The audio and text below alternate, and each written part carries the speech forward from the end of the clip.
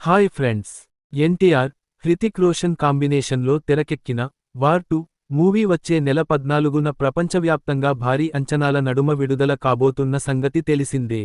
ఈ సందర్భంగా ఈ చిత్రానికి సంబంధించిన థియేట్రికల్ ట్రైలర్ని నేడు విడుదల చేసింది మూవీ టీం.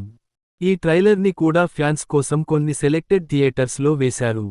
రెస్పాన్స్ వాళ్ల వైపు నుండి అదిరిపోయింది. అయితే ఈ ట్రైలర్కి ముందు వరకు కూడా ఈ చిత్రంలో హీరో హృతిక్ రోషన్, విలన్ ఎన్టీఆర్ అని అనుకున్నారు. టీజర్ కూడా అదే అర్థం వచ్చేలా కట్ చేశారు.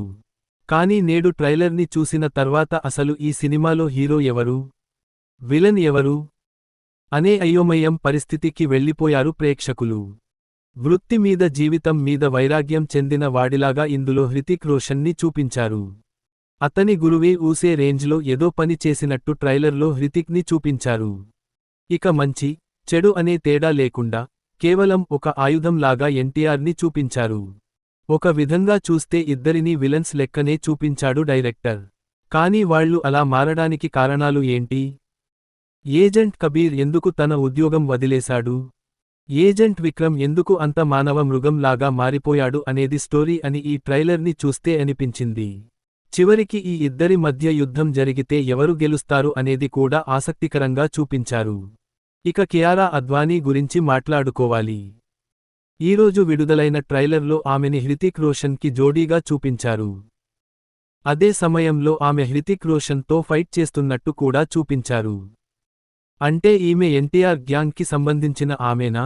హృతిక్ రోషన్తో ప్రేమగా ఉంటున్నట్టు నటించి అతన్ని దొంగ దెబ్బ తీసే క్యారెక్టర్లో ఆమె కనిపించబోతుందా అనే సందేహాలు కూడా వ్యక్తం అవుతున్నాయి. ఇలా ఒక ట్రైలర్తో ఎన్నో సందేహాలకు దారి తీసి చూపించాడు డైరెక్టర్.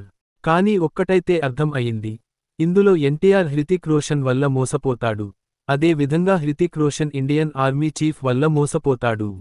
ఇలా వీళ్ళిద్దరి మధ్య జరిగే పోరు ఎలా ఉండబోతుందో చూడాలి. ఈ వీడియో మీకు నచ్చితే లైక్ చేయండి, షేర్ చేయండి. మన ఛానల్ని సబ్స్క్రైబ్ చేయడం మర్చిపోకండి. Bye friends.